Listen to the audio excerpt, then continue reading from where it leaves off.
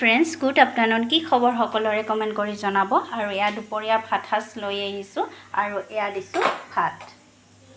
ধুনীয়াকৈ ভাত দিছোঁ আৰু দিছোঁ লগতে এটা কেঁচা জলকীয়া, নেমু দিছোঁ এডোখৰ আৰু লগতে বেঙেনাৰ চপ দিছোঁ আৰু এতিয়া দিছোঁ মই এয়া শেৱালি ফুলৰ পকৰা, পাতৰ পকৰা আৰু লগতে এতিয়া মই দিছোঁ পটলৰ পকৰা আৰু এতিয়া দিছোঁ মই বুটৰ দালি, অমিতা আৰু আলুৰে বনোৱা চব্জি এখন আৰু লগতে দিছোঁ ভলৰ লগত ভল আলু মাছৰ চব্জি আৰু লগতে দিছোঁ দৈ অকণমান আৰু লগতে দিছোঁ টেঙা নেমু টেঙাৰ লগত পিঠালি, নেমু টেঙাৰ পিঠালি, টেঙা পিঠালি আৰু লগতে এতিয়া মই দি দিছোঁ সেয়া মাছ ভাজি,